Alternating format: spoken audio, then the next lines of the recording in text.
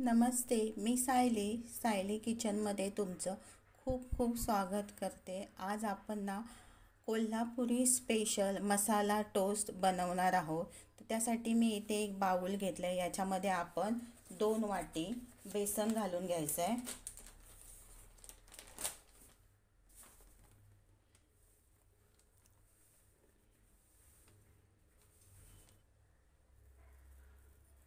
एक चमचा जिरं घालून घ्यायचं. चवीप्रमाणे मीठ, अर्धा चमचा हळद. इथे मी ठेचा बनवून घेतला आहे. या ठेच्यामध्ये मी आलं, लसूण आणि हिरवी मिरची घालून ठेचा बनवून घेतला.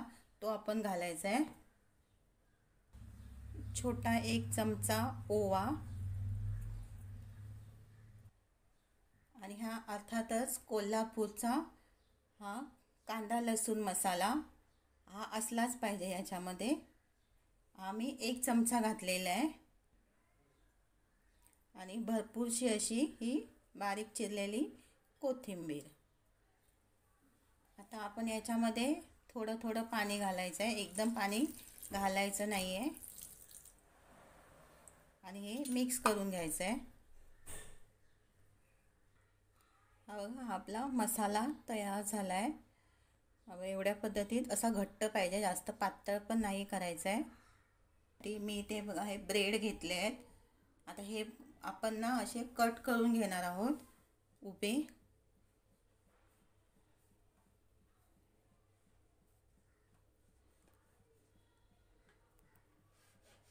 हे बघा, हा एक एक ब्रेड नाही घेणार आहोत, तर असे 2 ब्रेड असे जॉईंट घ्यायचे आहेत.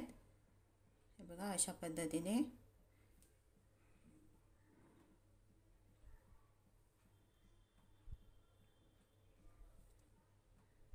दोन दोन असे मी घेतलेले आहेत. कारण काय असतं, हे पातळ असल्यामुळे हे तुटतात मसाला लावल्यावरती. आणि जे कोल्हापूरला जो मसाला टोस्ट बनवतात ना, तो ब्रेड वेगळा असतो. हा आपल्या ब्रेडसारखा ब्रेड नसतो. आता माझ्याकडे हा अवेलेबल होता म्हणून मी हा ब्रेड घेतलेला आहे. आता एका साईडला मी कढईमध्ये तेल गरम करत ठेवलं आहे आणि आता आपण दुसऱ्या साईडला ह्याला ब्रेडला असा मसाला लावून घ्यायचा आहे.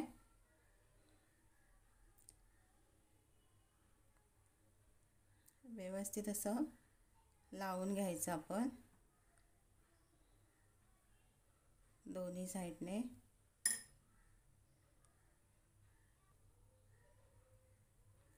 आणि आता मी याच्यात हे बुडवते म्हणजे व्यवस्थित लागला जाईल.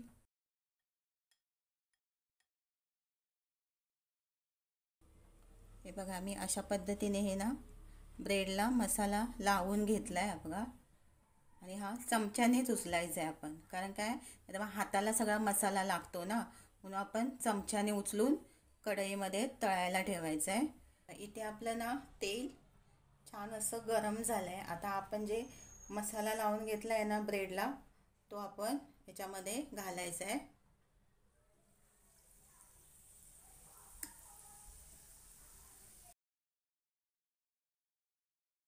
दोन्ही साईडने खूप छान असं आपण हे भाजून घ्यायचं आहे. आता आपण छोटासा 1 चमचा घ्यायचा. हे बघा, मी हा काटा चमचा घेतला आहे आणि ह्याने आपण हे पलटी करून घ्यायचं आहे. मी दुसरा चमचा घेतला नाही आहे, कारण मग काय होतं, चमच्याला मसाला लागतो, म्हणून पहिल्यांदा मी यानेच पलटी करून घेते.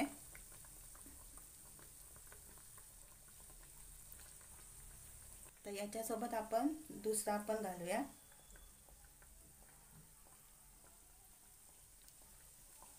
वा, खूप छान दिसत आहेत ना बघा. कलर पण खूप छान असा आलाय.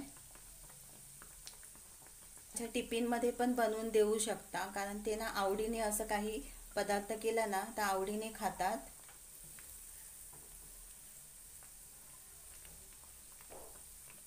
तुम्ही याला जर वडा बोलला ना तरी चालेल. वड्यासारखा असा टप्प फुगतो, किंवा पॅटीस बोललं तरी चालेल. हे बघा आता आपले हे बघा मसाला टोस्ट खूप छान असे तळून झाले आहेत. आता आपण झाऱ्याचा वापर केला आहे आणि आता असं प्रेस करायचा म्हणजे काय होतं, तेलात चांगला तो बुडला जातो आणि चांगला कुरकुरीत असा होतो. छान असा भाजला गेला आहे. आता आपण एका हे डिशमध्ये काढून घेऊया आणि हे बाकीचे पण असेच करून घेऊया टोस्ट. आता तुम्हाला इथे काढून दाखवते. हे बघा कसं झालं आहे, खूप छान झालं आहे आणि कलर पण खूप छान असा आला आहे.